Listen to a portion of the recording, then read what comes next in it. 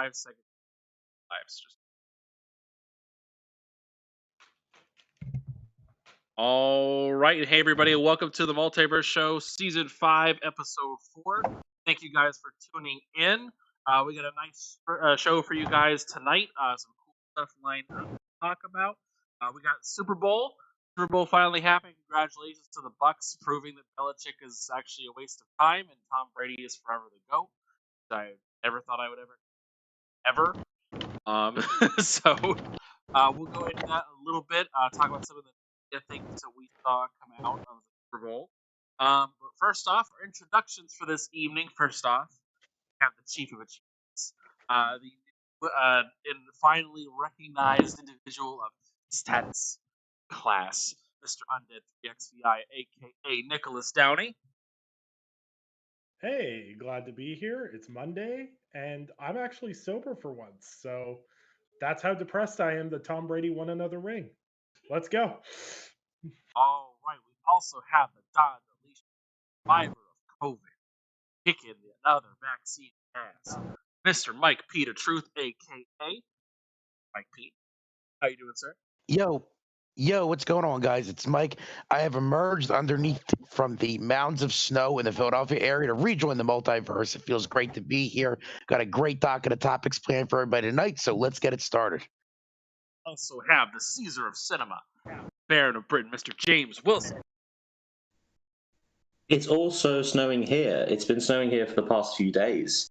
So there is a nice proper little white blanket. It's lovely. We never get snow. I mean, we do, but we always make a big deal out of it. Like, a tiny bit of snow falls and the entire city of London just comes to a halt. It's really quite funny, if it wasn't incredibly annoying. But yeah, I'm here, and I'm ready to talk about stuff, including those trailers from the Super Bowl. Right, and we have Mr. Samuel Tolbert, the White Wolf himself, racing us this evening. How are you doing, sir? I am doing really well. It is good to have something resembling a full panel of my Multiverse Bros again. I like it. It's good. Let's keep this energy. We got some good stuff to go over, so let's dive right in. All right, so the eternal question we ask every single what have you guys been playing? Let's start with Nick. What are you doing, sir? What you been playing lately? A little bit Rainbow Six Siege, mainly because I realized that I got really into it for a week. Bought the premium pass or whatever, and it's got like 100 levels to it. I've done 8 levels, and it's only got 30 days left. So I'm trying to do all that in one go. That's exciting. And I've also been playing a little bit of the medium. I need to get back into it. Got turned off by a particular bit in that game, but just need to take an open mind and dive back into it and finish it up. Right. And Sam, what you been playing, sir? Yeah, so I have actually been playing the medium. Shocking no one. I started it over the weekend. Enjoying it. I haven't finished it. I don't want to spoil anything. I think I'm about a third of the way through the game, about 4 or 5 hours in, something like that. Maybe halfway. I don't know how long the game is. I intentionally stayed away from a lot of the marketing. I didn't want to know too much about it. But I will say I'm enjoying what I've played so far. The gameplay is definitely rough around the edges, and it is a very slow burn game. But they seem to be building towards something interesting. So, I'm liking it so far. That's mainly the only thing I played over the weekend, though. Right. James, you have a chance to play anything, sir? I have. I've played 2. They're new games to me. They're not particularly new games. I picked up Resident Evil 3, the remake, because I found it for about £20 here, which is about 29, just under a shy of under $30. And I'm having a great time with it. I haven't had the chance to play a lot of it. I played about an hour, maybe 2. So really, really still quite early on. I think I was spoiled by how good Resi 2 was, because I'm just playing Resi 3 and I'm thinking, this is good. It's not quite Resi 2 though. But the thing that's really been gathering my attention has been Control. That was free right now on PS Plus, and I'm at my parents' house at the moment because of lockdown, and I am playing that on like the big TV with like the sound bar and the proper good sound and screen, and I'm in love. I love it. It's so good. Why did nobody tell me this game was like my exact kind of horror that I love? I'm furious you guys not mentioning this. Like, I'm genuinely annoyed that all of you have been like, swear. you haven't. You should play Control. You should play it for this reason, that it's this kind of real horror. And I'm like, there we go. I personally never thought it was a horror game. I just thought it was like, we're gonna be It's a horror. I think horror is. It's the kind Go of horror ahead. that's like it's not horror as in like something's out the corner. It's gonna jump out and scare you. It's the kind of horror where like you walk around.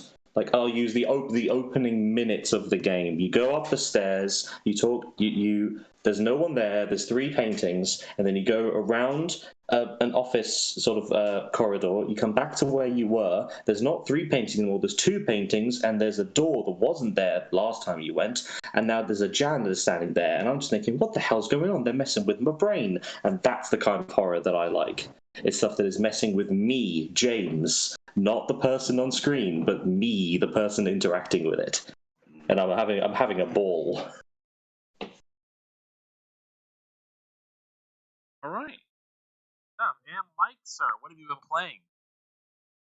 So, been playing a lot of Battlefield 5 over the past week, mainly because Cold War in its current state pisses me off.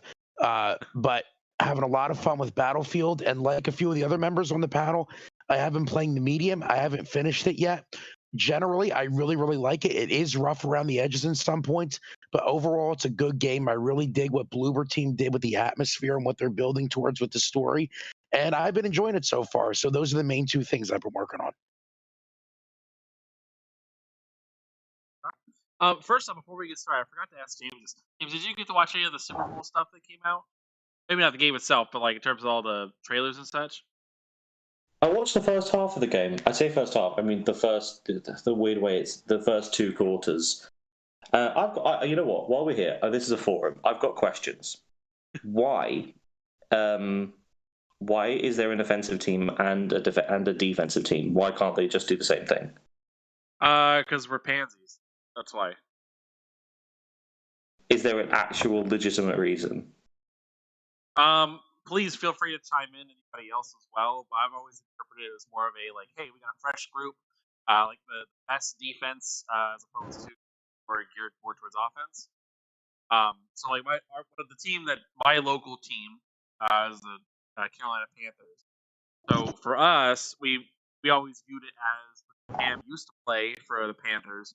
It used to be like, okay, he was leading the offensive charge, and then on the defense side, you get Luke Kuechly trying to like just mainly focus on ball whenever possible. But it's mainly specialization and have it so that people are fresh whenever things change. That's kind of why.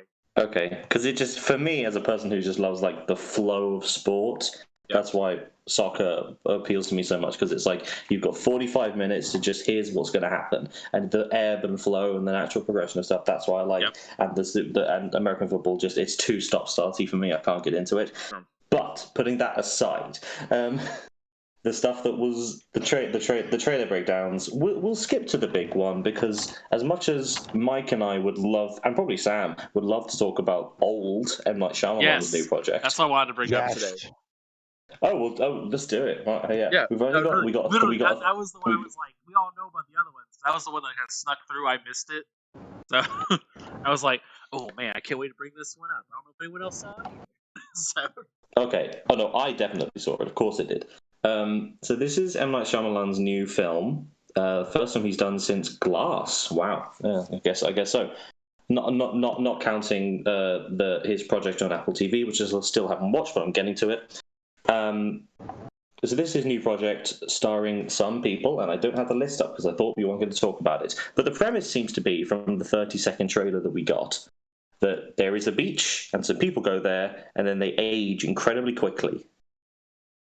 Like, I partly like the fact that it's a 30-second trailer and we don't know anything about it, because I like not knowing things when I go into stuff. That's why Controls are so appealing to me right now, because I don't know anything about it.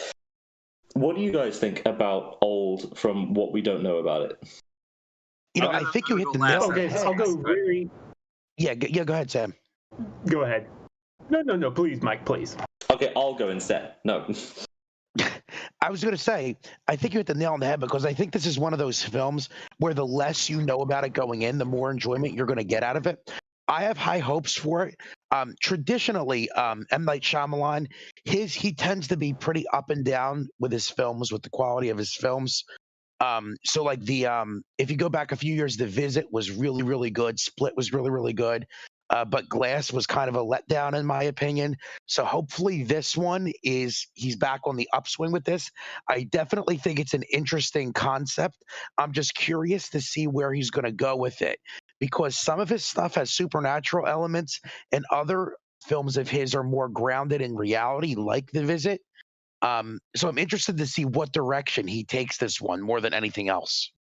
The thing that's sort of keeping me more interested, I mean, I'm interested in an M. Night Shyamalan project. They're always, at least, if they're never boring. That's one thing you can say about him. Agreed. This is based on a graphic novel, so he can't really mess about and do M. Night Shyamalan kind of weird structure things because there's an already existing structure. Of course, he can mess around with it a bit. But that is interesting. I don't. Is this? Oh no, I was about to say, is this the first time he's done an adaptation? And no, it's not. I don't think this. No, See, we don't talk about that one. I remember having read this graphic novel back when I was in college. So This it's called Sandcastle. Sandcastle by Pierre Oscar Levy. I'm just looking at the Wikipedia page right now. Based on what I've seen so far, I don't think it's a direct adaptation. I think it's just a concept. I only remember like bits about it because I saw the trailer for it last night. And I was like, it seems really familiar. I was like, I've read something about this before. Like, it's more of the trailer shows more about the kids are starting getting older, and then other people start getting older as well, and it's rapidly. And the comic, for what I remember, it was more of like almost like a murder mystery more. I don't remember seeing anything in the trailer about more like a murder mystery. I think they're more just taking the concept itself and different with it. I don't know specifically. So, but yeah, I'm very interested in it though. But I like it whenever he gets this opportunity to do something different that's unrelated to his other projects, and it's something not lame. I mean, I'm definitely going to see it because I love stuff that's just odd. I like stuff that's just a bit, that's odd. I wonder what's going on here. Something to keep in mind, this is it's being distributed by Universal, which did his last few movies. But the production company is Blinding Edge, whereas his last two were Blumhouse. Blumhouse, of course, the horror house that do all of the low-budget horror films that we all love. They always produce Get Out and Whiplash. They're a brilliant movie thing. But Blinding Edge is his production company that he founded after The Sixth Sense. After making The Sixth Sense, actually, it's the one that produced Unbreakable, Signs in the Village, as well as all of his other stuff. But this is a exclusive production by him, so he has full control of it. Just something to keep in mind. Also, just a shout out to someone in the cast, a girl called Thomasin McKenzie, who most of you will know as the Jewish girl hiding in the attic in Jojo Rabbit. That's her biggest high-profile performance. However, big recommendation to a film called Leave No Trace. It's a film with her and another actor basically alone in the woods for an hour and a half. And it's one of the saddest and most uplifting films you'll see. So there, Leave No Trace. That's your recommendation. She's also in the next Edgar Wright movie, Last Night in Soho. So happy to see her doing stuff. Nice. Should we talk about the Marvel thing now? Yes. So, following on from WandaVision, which, by the way, we're not going to talk about episode 5. Hot damn, that's some spicy meatball. We have one hell of a spoiler cast coming up. That's all we can say. Yeah. This is going to shake the fabric where, like, of the MCU going forward. Like, it's big. And you know when people say, like, this is going to shake the fabric when, like, Spider-Man joined, and everyone was like, oh, this is going to change everything, and it sort of didn't. This really does. Yeah.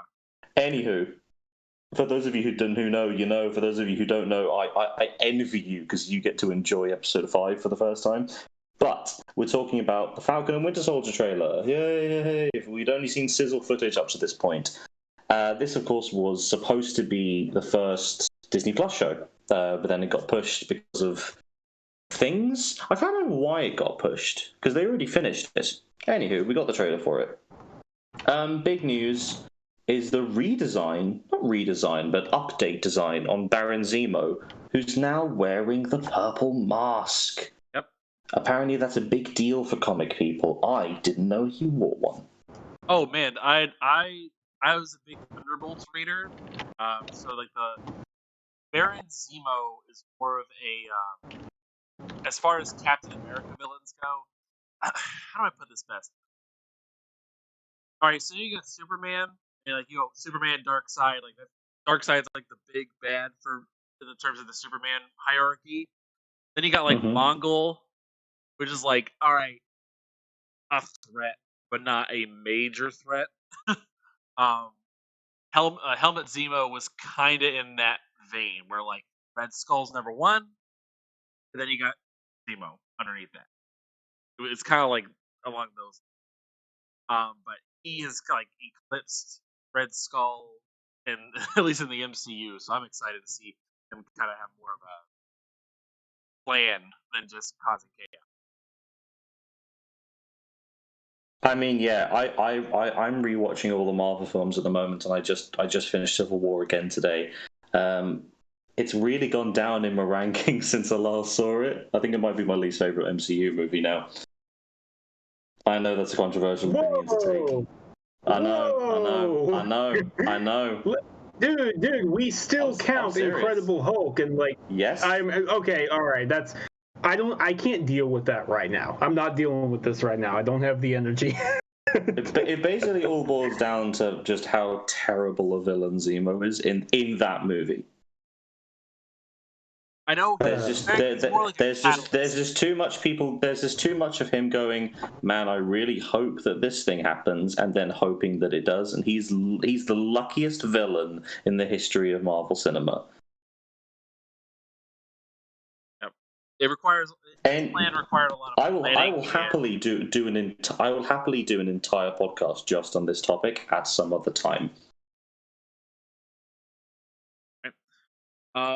So someone who knows more about this, someone who knows more about the comics than me should probably take over, because I'm just going to be like, we haven't seen this in the series before.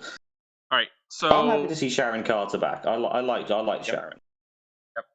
So I will say, at least in terms of the Falcon and Winter Soldier bit, we finally got it. It's coming out March 19th. They're gonna start doing. I think they've confirmed so far it's only like 6 episodes, but they're gonna be at least 45 minutes each. They're doing longer than WandaVision, but less episodes. That's their main push right now. There's a couple little tidbits I think I can point out to you, James and the rest, of just random little things I've noticed. They mentioned Flag Smasher. Looks like there's going to be some sort of anti-patriot movement going on. They're going to be working on specifically. The other part, though, is U.S. Agent. This is Wyatt Russell, yes. Yes, it's Kurt Russell and Woody Hahn's son, which I have not seen pictures of them since he was like, I don't know, 10. So. Oh no! You've seen him before. He was in the Black Mirror episode, the gaming one. Oh, I didn't recognize that was him at all. And he's also in Overlord. Oh, that's on my list. The Nazi zombie movie. He's the lead in that. Yep, it's on my list to watch. But he will be playing U.S. I think, based on what I can tell, they're kind of blending 2 different periods of Captain America's life together, or at least in terms of his comic run. It's kind of like they're blending Death of Captain America after the Civil War comic event. It's like they're blending that one, where there was a period of, all right, Steve's gone, who's taking over? And it was Winter Soldier taking over as Captain America. And then they're also blending when Steve retires, he gives it over to Falcon. They're blending those 2, and it's fair. It's pretty close in the continuity, I guess. But the other one is they're blending a period where I think it was the 70s or 80s, where Cap quits being Captain America altogether and ends up becoming Nomad, but he basically completely goes away from being Captain America due to government disputes. So they had a character who took over. I can't remember his name right now, but this is Kurt Russell's kid, Wyatt Russell. This is his character, and this person took over as Captain America, but was extremely violent. Where Cap was most of his moves are more geared towards defense. He was very offensive and going for it. I think his strength level, if I recall, I think it maxes out around 10 tons for him. I can't right now, but anyway, for him is that whenever Captain America comes back and takes the mantle back, he is becoming U.S. agent instead. And so they're kind of blending all these weird periods of Steve Rogers being gone into one period of time, which is very interesting. Right. And it's going to be, I can tell you, it's very hectic. A lot of things that happen in those runs, which could work together very well. In a show, I don't know how they're going to do it in 6 episodes. So, I don't know if it's going to be a long-term thing or a short-term kind of thing. Let's see. That's my thing. Any other movie stuff? I'm just very quickly before we go on to just a quick roundup of the other big Super Bowl spots. I'm very into the Marvel shows being not that many episodes, because as much as I love the first season of Jessica Jones, god damn, the rest of those Netflix ones, they were just too many episodes. 13 episodes at 45 minutes each. Fuck off. Yeah. You don't have filler if you don't need it. If you need a 40-minute episode, do it. If you need a long season, do it. But don't do it just for the obligation of doing it. 20 to 30-minute episodes on WandaVision at only 9 episodes. It's working so far. It's working real well so far. The idea that Falcon and Winter Soldier is only 6 episodes, sign me up. And I will always use the example of there's a TV show called The Expanse, and their episodes wildly differ in length. They are as long as they need to. And there are some episodes which is an hour, there's some episodes which are 25. Like, it sounds bizarre, but it works in the context. Yep. But yeah, that's the thing. So those are the big trailers, at least for us. Oh no, I forgot the greatest movie franchise in the world, Fast and Furious, had a trailer. I am only half kidding about that. They're very good fun. Fast and Furious 9, we've had a trailer before, but it was nice to see another one, just to remind us of the fact that we have to believe that John Cena is the brother. Is it twin brother?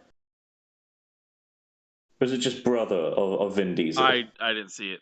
I that particular. So John Cena is. We knew this in the last trailer that John Cena is the brother of Vin Diesel, and I'm trying desperately to remember if it's twin brother, because I can't remember, even though I watched the trailer like an hour ago. I thought it was just brother. I thought it was, but I only saw. Regardless, it is ridiculous, but I love it. So James. Yes. I missed the trailer. So, is this technically going to be the rubber match between John Cena and The Rock? There's no mention of The Rock. Really? Is it at all? There hasn't been a big mention of, like, because if he was in it, they'd say. Because of course they would. As far as I can see, if he's in it, they haven't announced it. And it's going to be a cameo, because it's all Diesel, Michelle Rodriguez, Charlize Theron, John Cena, Ludacris, Tyrese, Helen Mirren, she's back. No mention of Jason Statham or Vanessa Kirby or Idris Elba, he's dead. Sorry, spoilers for a 3-year-old movie or 2-year-old, whatever it is. Yeah, it seems to be just very much Fast and Furious, and they brought back Han. Han's alive. There you go. He died famously a long time ago. Then literally what is canonically the most important movie, which is Tokyo Drift. I'm not even kidding. In the canon, it's literally the most important one. I love that they've retrofitted that. It's genius. Yeah, so Fast and Furious 9, it was supposed to come out 2020. Sorry, yes, it was supposed to come out last May. It even had a trailer last Super Bowl. It's got another one. Supposedly, it's going to be coming out May 8th. Unconfirmed as to whether that will properly happen. No one's quite sure yet. Quick shout out to the other trailers. We had a trailer for Nobody, this is the thing that it looks like it's John Wick but with Bob Odenkirk. Yes, People seen the great. poster for this mostly. Love it. I'm totally sold on it. Yeah, I mean, more anything with Bob Odenkirk I'll watch. Better Call Saul continues to be just the most consistently good show on TV. We had a trailer for Raya and the Last Dragon. Looks like a delightful little Disney animated movie. Can't wait to see that. It's probably going to be incredibly silly for about an hour and then just be deathly sad for half an hour, but I can't wait for it. And then we had the trailer for Old, and that is all the stuff from the Super Bowl. It was a... Oh, I beg your pardon, I forgot the trailer for Coming to America. Yep. Anyone care? I mean, it looks fun. I just don't want to subscribe to Amazon for it. Or wherever streaming service it is. And speaking of streaming, it is indeed Amazon Prime. Yeah, speaking of streaming services, an announcement of Paramount Plus. I don't know if you saw that at all or anybody else saw that. So I'll go ahead and get this out of the way now. Paramount Plus is CBS All Access, but with more stuff. And if they're rebranding CBS All Access into Paramount Plus instead. Hey. This is okay. You know what shows great confidence in your business? A rebrand. Well, no. Well, keep in mind this is the background of terms of what happened. The Viacom buyout. So CBS and Viacom, they had split 10 years ago, I want to say, and then they remerged again. So it's like, hey, do we continue calling our streaming service CBS All Access, which no one cares about, or do we say, oh no, it's Paramount Plus, so people at least recognize, oh, movies, I know what those are. Yeah. Once again, this is CBS All Access was a streaming service that was unavailable in the UK, so I never had it. Yeah, CBS All Access. They kind of with HBO Max. Yeah, CBS All Access. They really kind of bungled that. They tried to make Star Trek Discovery like the main reason why you subscribe, but it was the first season wasn't great. Second season was okay from what I've heard. I've watched a couple episodes on that. Oh, don't forget those really average episodes of The Twilight Zone. Yep, those Twilight Zone ones. But they didn't really have any reason for you to watch beyond that. But at least this one is like, okay, I can get it. Nickelodeon's on there. I'm like, all right, cool. I'm sold. I watch my old SpongeBob. I can watch other things. I can watch my Nickelodeon at least. That's like, okay, I can latch onto that mentally in my Star Trek movie. But yeah, this makes this a lot easier to figure out, and I think it's more iconic at least to call it Paramount and focus more on that. But hey, whatever. I want to stop with the plus suffix. I'm done with it. Yeah. Well, we got Disney Plus, PlayStation Plus, and Paramount Plus, right? Or there's more. There absolutely are more. Plus. Oh god. Well, Discovery is bundled in with Disney. Yeah. I don't know. But there are more. Apple TV Plus. Yeah, if we can find something else to call it, that'd be great. But there's not much you can do. They call it Paramountain. There you go. That would work. Why isn't it called Paramountain? It's a mountain in the background. Ooh, or partnership with Pornhub and make it Paramountain. God. No. I like the Paramountain one, but you just do Paramount, and then you have a big N after that. Paramount stuff. Paramount and stuff. Nah, paramounting stuff sounds like Nick's idea. All right. So I think that wraps up the Super Bowl, except for the Super Bowl itself. Yeah, that game didn't really happen. very long game where nothing happened and Brady pulled away very early on. And I said this on Twitter and I'll say it again. This is coming from someone who did not care for the Patriots at all, did not care for Tom Brady whatsoever. But I gotta admit that the case for him being the greatest quarterback of all time, yeah, I think that's pretty solid now. Like, you literally brought a team to the Super Bowl which had no chance of really going to the Super Bowl, and you did it without Belichick. We're cheating. So that's pretty big. And I'll give no props for that. Good luck. I don't know. I want to say to the people who are saying Tom Brady is the greatest athlete of all time, I just want to say, slow your fucking roll.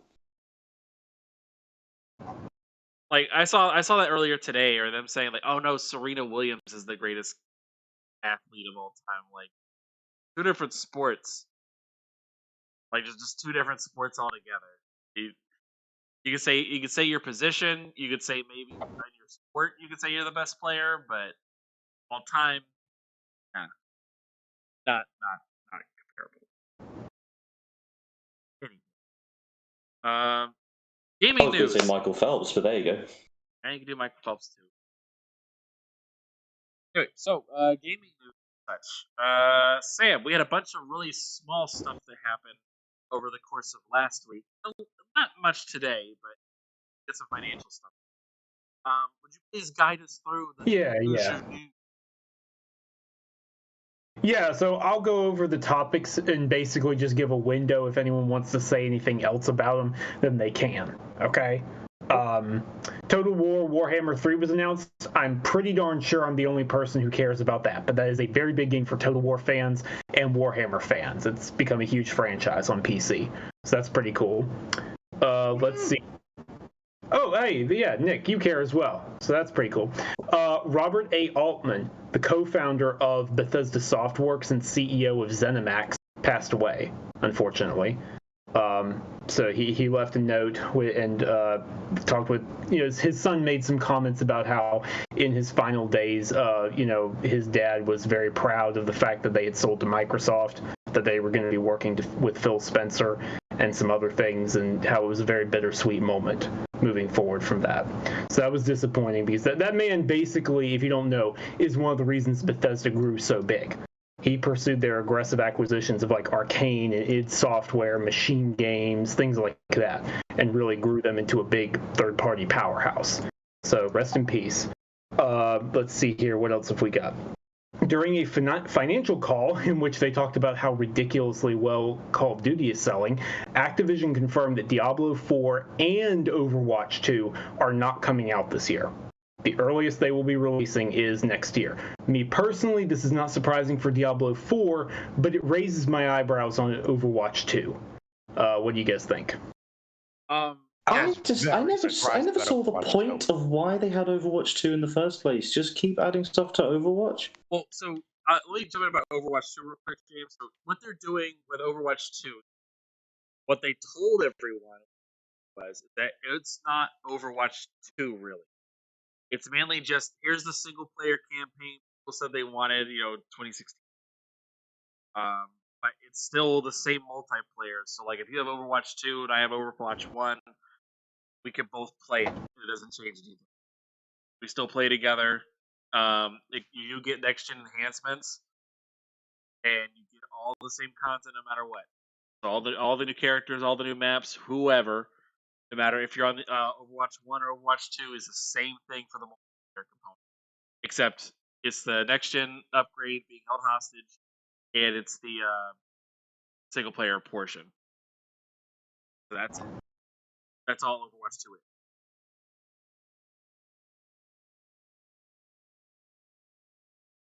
is. Mike, I know you were saying something. What was that as well? Thank you for the explanation, Ivan. No, I was just saying I'm surprised at Overwatch 2 not making 2021. Yeah, for sure. I had this pegged for like September or October. Right. I'm kind of surprised. Diablo, no one in their right mind expected Diablo out this year. Before the pandemic started, Blizzard said, yeah, this game ain't soon, even by our standards. That's a direct quote. They said, like, it's not coming soon, even Blizzard soon. So that game is like, see you in late 2022, early 2023. But interesting. We should get some updates at BlizzcOnline, if you will. February 19, next week actually. So late next week. So we should get some interesting things there. Should be some cool updates. I will say. Let's see what other. They've been really pushing the advertising. Like most of the time with BlizzCon and stuff, I don't see anything BlizzCon. I normally have to search for it to come out. I've seen like 3 different ads already just today for BlizzConline. But they've been really pushing this. I don't know if this is like hey, we're actually going to do something now or something else.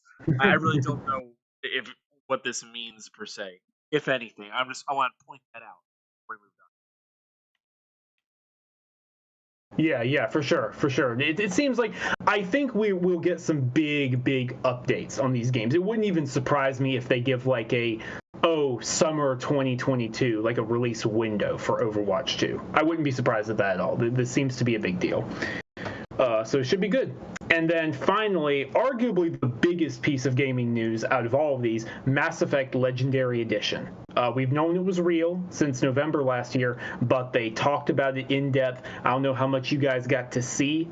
So for anyone who didn't get to see all the information on this, or anyone in the audience who isn't up to snuff, it's a remaster of all 3 games, Mass Effect 1, 2, and 3, all in one launcher, so you don't have to do separate installs. Almost every DLC pack, only Pinnacle Station from the original Mass Effect is not included, and that's because the source code to that like combat sim was corrupted, so they weren't able to add that. But otherwise, every single DLC, including like promo code weapons, has been added into the game. All 3 are 4K 60, on PS5 and Xbox Series X. And the first game has been reworked, especially with a new character creator with better options. They've imported options for like Mass Effect 2 and 3 into the game. The experience has been rebalanced, so you don't have to play multiple times to hit max level and all that sort of thing. The gunplay is supposed to be tighter. There's a dedicated melee button, that sort of thing. They've changed the backdrop of scenery on different planets to look more realistic and to look cleaner, that sort of thing. So I know how I stand on this, but anyone else, big Mass Effect fans, interested, gonna play it for the first time? I'm actually really looking forward to this because I have not played any of these games before. Full disclosure, my only experience with the Mass Effect series was I played Andromeda for a few hours, and it didn't really hold my attention for. I can't really put my finger on it. It was for whatever reason I just put it down. It didn't hold my attention, but I've heard a lot about the original trilogy. I am definitely looking forward to this. This is definitely going to be the way to play it. I've thought about playing the first one on back compat, but I heard that Mass Effect 1 hasn't really aged that well. So I'm really looking forward to playing this one and diving in with the Legendary Edition and experiencing these games for the first time. Oh man, you're Cool. Yeah, I played through Mass Effect. Well, I tried playing Mass Effect 1 where Andromeda came out, and like even then it is dated. It's Like, rough. The controls are just rough. There's no other way to put it. If you don't have the nostalgia factor for it, it's unplayable. Like it's like going back after Fallout 4, play Fallout 3. It's rough. Like it's just quality of life improvements. Like I would argue, if not, yeah, it's ridiculous. James, I know you piped up. But Sam, how can I enjoy this game when I can't look at Miranda's butt? Oh my God. Okay, yeah. So Buttgate, the real Mass Effect here, if you will. Oh God, I hate myself. Okay, I'm gonna address this real quick because it's getting taken so far out of context, and it's actually made me mad. Like it's just pathetic, y'all. They're not changing Miranda's ass. It's still as big as it used to be. She still looks the same way she did. What it is, well, yes, it is, if you so choose it to be. But the point is, in-game, and very mild spoilers, Miranda actually has a very serious quest line in Mass Effect 2, where you have to talk with her and she's trying to save her sister. Her sister is one of the few things that actually means a lot to her, and there's some shady stuff going on with her dad and the corporation they worked for. And it's an infamous meme that while she's having this character-defining conversation, for some unholy reason, the camera focuses on her butt. Like, it's not even subtle. I don't mean, like, peering at an angle or a James Bond between the legs style. I mean, like, it is just centered on there. That's all you see. It is ridiculous. It's an infamous meme for a reason. BioWare is not censoring the game. They're changing a single camera angle that lasts for 4 seconds so that it actually makes sense. Calm down, y'all. Okay. And now pardon I'm me done. first. I ruined my reference. I meant to say I said that's not a Shepherd's ass. That's the Citadel's ass. There you go. There we go. So for me, I curiosity because I saw Buttgate trending on a fucking Sunday because nobody has anything else better to do on a Sunday than wind Right. No, Nick, have you not seen what the world is like now? We don't have anything better to do. Yeah. Okay. Touché. So I went back and went to YouTube, found the original cutscene, and I do not understand why people are complaining about a super deep emotional cutscene is not going to be focused on her butt. I don't understand, because like, as a normal man, if a woman is explaining something sad to me, I don't sit there and go, nice ass. Nick, Yes. what was the game last year where somebody was complaining? It was her pelvis, her lower pelvis, but somebody said they censored out her vagina bones. Oh, God. And they What were game was going on a that? tangent about got it. What game was it? Final Fantasy VII Remake. It was when they were combing over Tifa with a fine-tooth comb, I think. Like, I don't... could you even see that back on Final Fantasy VII? Okay. Like, do we want this going the other way? Sam, who I will curse to this day, sent me a screenshot that someone from the Source Mod community made, and someone went into Half-Life 2 and made Half-Life Alex, I thought. Yeah, it's Half-Life Alex, sorry. And made Alex 100% anatomically correct in her lower area, internally as well as externally, in this mod for no apparent reason. Is this what we want? Is this how weird we're trying to get with this now? Like, y'all really need to get it. It's like, you can still walk outside your house. Like, the internet has tons of things on it. You don't have to use an M for Everyone game or a mature rated game to do that. There's websites for that. I promise. Oh my lord! I just like reeling it back. I just like having sex with Keanu Reeves in Cyberpunk. Oh my god! All right. Yeah. All right. Next little bit. Reeves a lot is desired. Never mind. I was just gonna reel it back in and say, like, this is a good way, like, because I know Nick, you are gonna be playing through it as well for the first time. Mike, I didn't know somehow that you hadn't played them before, but this is gonna be very good because BioWare, while it's not a true remake, they have said the controls for the first game are gonna be much better. It should just be a much more pleasant experience. So I'm really looking forward to y'all's thoughts, as you play through these games and, like, you experience that story because, man, like, Mass Effect 1's controls have not aged well, but the story, oh my god, the story and the writing and the character dialogue are just some of the best. Like, they are still some of BioWare's absolute best. There are speeches in that game I can quote to this day. And I haven't played that game in, years at this point. So I'm really looking forward to what y'all think. This is the thing, because there are friends of mine who are multiple friends of mine who say that Mass Effect 2 is their favorite game, with the caveat of you have to play Mass Effect 1 first. And I just I want to play it, and I bought the games on 360 in like 2010. I bought one and 2 to play, and I couldn't get past the first couple hours of 1 because it's like, can't walk around this place, and why am I going up an elevator that's so long? God damn. hopefully that'll be fixed. But I am excited to play this because this is the kind of thing that I really love. I love heavy story games where you can mess around with people and have relations. I love this stuff, and I just never got around to it. Oh, nice. So in that case, man, that's 3 of you then. Jeez, 3 of you that I'm gonna have to hit up on how you're experiencing these games. That's good. It's a good problem to have. It arrives on May 14th, so a couple months from now. Unless we've got any other major gaming news, can I do a quick little rant about the Golden Globes? Yeah, I was just gonna say very quickly, just one more thing, very quickly. Grand Theft Auto 5 has sold over 140 million copies. This is a game that has a paid PS5 and Xbox Series X/S version coming out second half of this year. That's all. I will say this much: I have to actually sell some more. Like, well, Sorry, you cut out. Oh, sorry.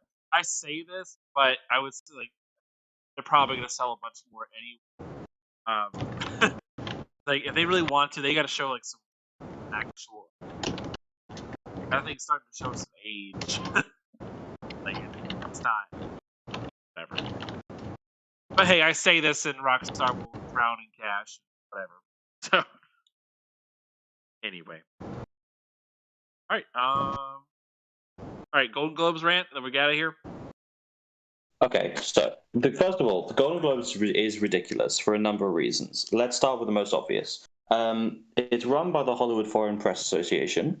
That group of people is publicly known, and they are the people who nominate the films and vote on them. It's not done by a committee. It's not done by the guilds like it is in the Academy Awards and the Guild Awards. So it's really easy to win a Golden Globe. All you just need to do is, it's not bribery, but it's the closest thing to it. You invite the HPFA down to your set, you give them food, you shake all the celebrities' hands, and you end up winning a Golden Globe. So that's bullshit, and I hate it. But we live in a society that apparently that's okay. Then the nominations came out, and art is subjective, and of course we can't objectively say that some films are better than others. However, there are some things that just don't make sense this year. Let's start with the big one, for me, is that Hamilton is nominated in a bunch of things. Now, I love Hamilton. Hamilton's great. And Hamilton got all the awards that it needed 6 years ago when it came out. The filmed stage production is not a film, and it should not have been eligible for competition.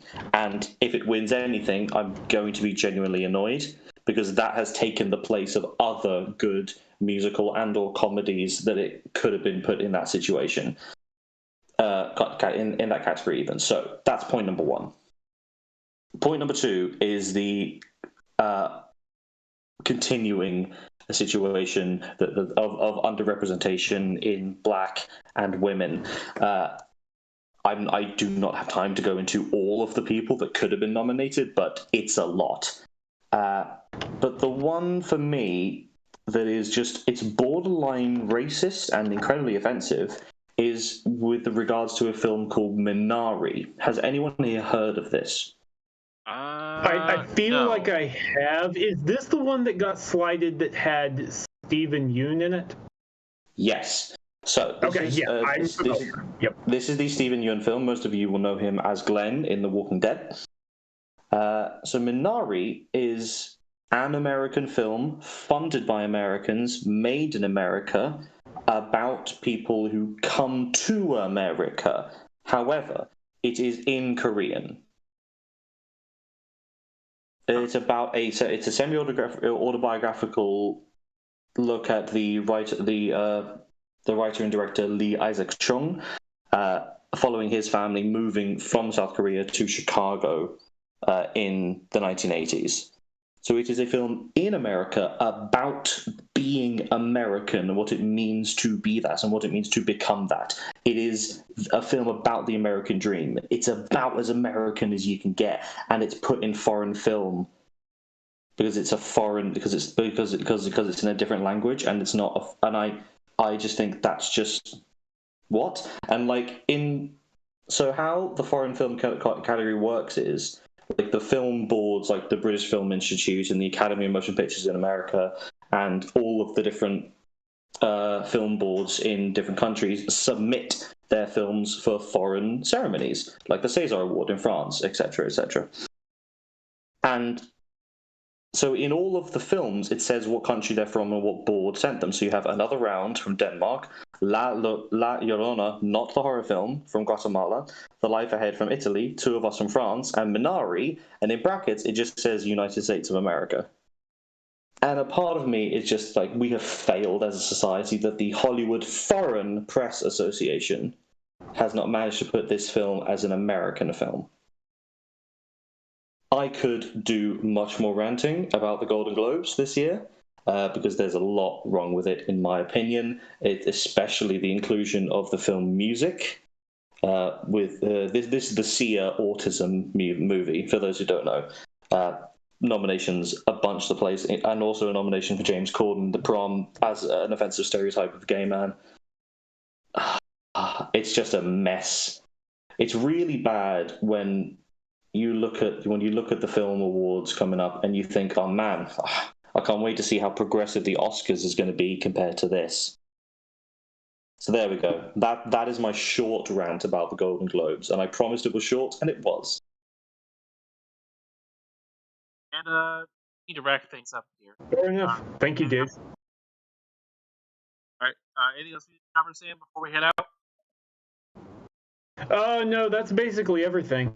That's basically everything. Just thank you again for that rant, and good lord, I can't believe that many of you haven't played Mass Effect.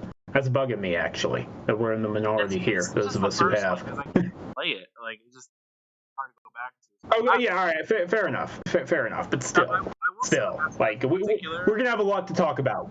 I will say with Mass Effect in particular, like, I played 2 and 3 all the way through. Enjoyed 3 the most, personally. It was my conclusions and wrapping up storylines and all that stuff.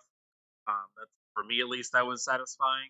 I hope to play Mass Effect 2 again, and do it right, because I did not save.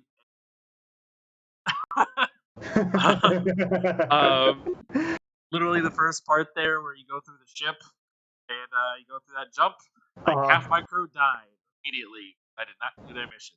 Or no, Yep. sorry, I did their I did not build up the ship. So not good. Yep.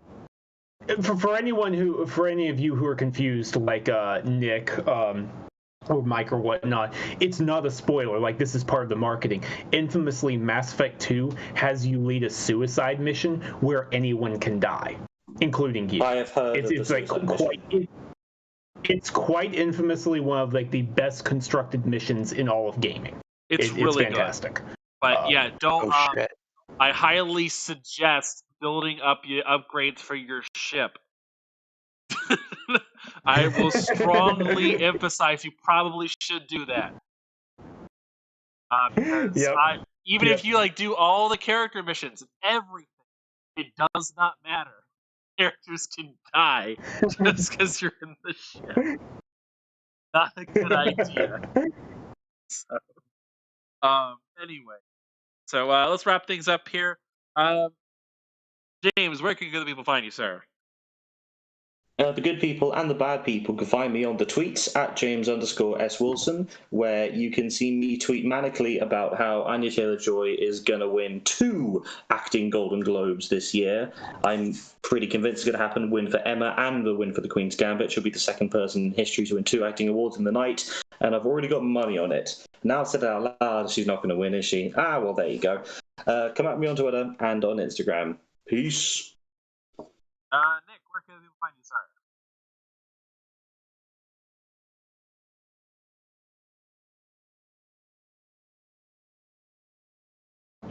Ivan, you there? Oh, Nick, Nick, can you hear us? I was saying. Nick? Yep, sorry. Yeah, you can find me on Twitter at Undead3XVI. You can also find me on YouTube at The Gaming Perspective. Tons of cool stuff. We did a Hitman 3 spoiler cast this past weekend, and regular episode tomorrow night at 8 p.m. Eastern Standard Time. And soon you will be able to find my written work over at Android Central. What is there to spoil in Hitman? This level, we killed a man. But the next level, they killed another. I hate all of you guys so much. Thank you, Nick.